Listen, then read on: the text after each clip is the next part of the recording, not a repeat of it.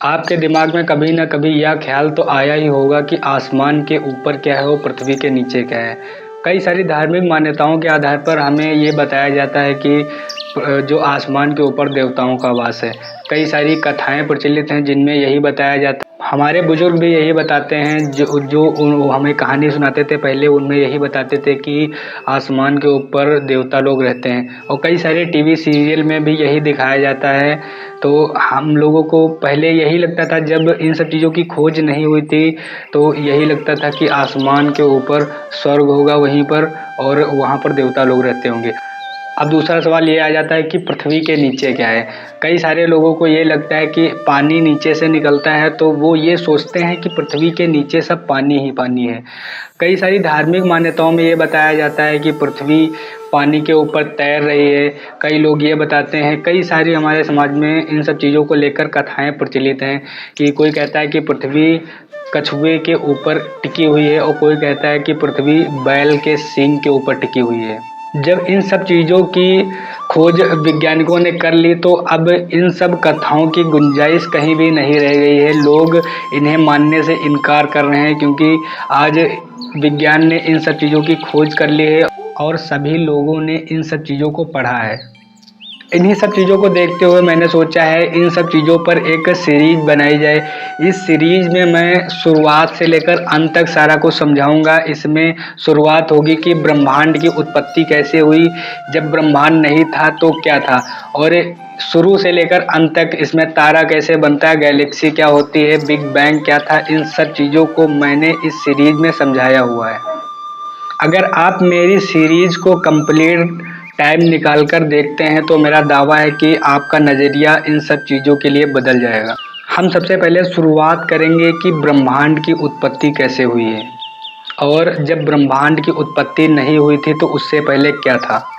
Hello दोस्तों, तो मेरा नाम है एस एच अंकित, आप देख रहे हैं एस एच अंकित यूट्यूब चैनल। ब्रह्मांड की सृष्टि की सटीक जानकारी वैज्ञानिकों के पास भी नहीं है।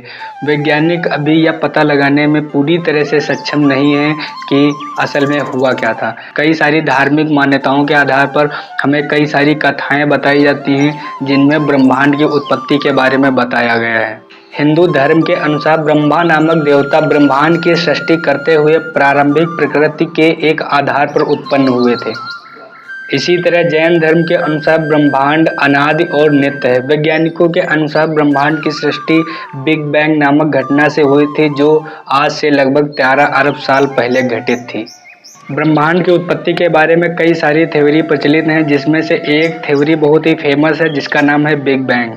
बिग बैंग होने का कारण वैज्ञानिकों द्वारा अभी तक स्पष्ट नहीं है। हालांकि बिग बैंग सिद्धांत के अनुसार ब्रह्मांड की उत्पत्ति बिग बैंग नामक घटना के फलस्वरूप हुई है। हम सभी जानते हैं कि 13 अरब साल पहले जब कुछ नहीं था तब वह छोटा सा कण अस्तित्व में था। बिग बैंग के होने का कारण वैज्ञानिकों द्वारा अभी तक स्पष्ट नहीं है। हालांकि बिग बैंग सिद्धांत के अनुसार ब्रह्मांड की उत्पत्ति बिग बैंग नामक एक घटना के फलस्वरूप हुई थी। बिग बैंग सिद्धांत के अनुसार ब्रह्मांड का विस्तार लगभग 13.8 अरब साल पहले एक अत्यधिक गर्म और घने बिंदु से शुरू हुआ था, जहां से बिग बैंग नामक घटना के फलस्वरूप ब्रह्मांड के सभी तत्व आकाश में फैलने लगे।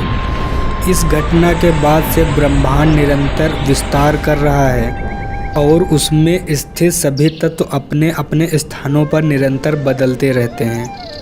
इसीलिए बिग बैंग के होने का कारण वैज्ञानिक विचारधारा के अनुसार एक अत्यधिक गर्म और घने बिंदु से शुरू हुए विस्तार की प्रक्रिया थी। अत्यधिक गर्म और घने बिंदु में अचानक से अस्थिरता पैदा हुई और इसका विस्फोट हो गया। इसी के विस्फोट होने के साथ साथ समय, ऊर्जा, अंतरिक्ष आदि सब अस्तित्व में आए। बिग बैंग के बाद ब्रह्मांड निरंतर विस्तार करता जा रहा है। बिग बैंग से लगभग 3 मिनट बाद ब्रह्मांड में गैलेक्सियों का उत्पन्न होना शुरू हुआ।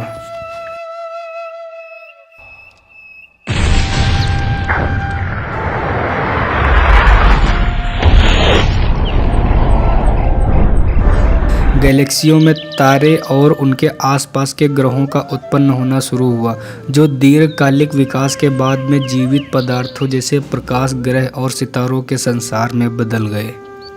बिग बैंग के बाद ब्रह्मांड का विस्तार निरंतर चलता जा रहा है। इसी के साथ साथ भारी तत्वों की स्थिति और संरचना में भी निरंतर बदलाव हुआ। ग्रह, तारे, सितारे और उनके संचार पथों का निर्माण हुआ, जो आज तक ब्रह्मांड का महत्वपूर्ण हिस्सा है।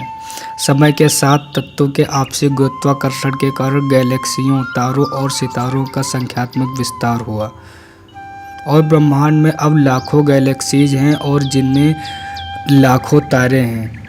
अभी ये निश्चित रूप से नहीं कहा जा सकता है कि ब्रह्मांड में कितनी गैलेक्सी हैं। अनुमान लगाया जाता है कि ब्रह्मांड में 100 अरब गैलेक्सीज हैं और प्रत्येक गैलेक्सी में 100 अरब तारे हैं। तो ये थी ब्रह्मांड के बनने की कहानी। इसके अलावा और भी कई सारे सवाल हैं जिनको हम आगे के वीडियो में धीरे धीरे जानते रहेंगे।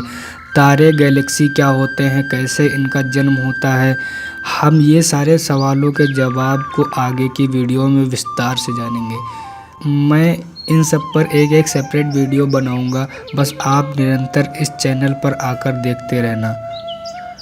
अगर आपको इस वीडियो से ज़रा से भी जानकारी मिली हो तो वीडियो को लाइक करके चैनल को सब्सक्राइब ज़रूर कर देना।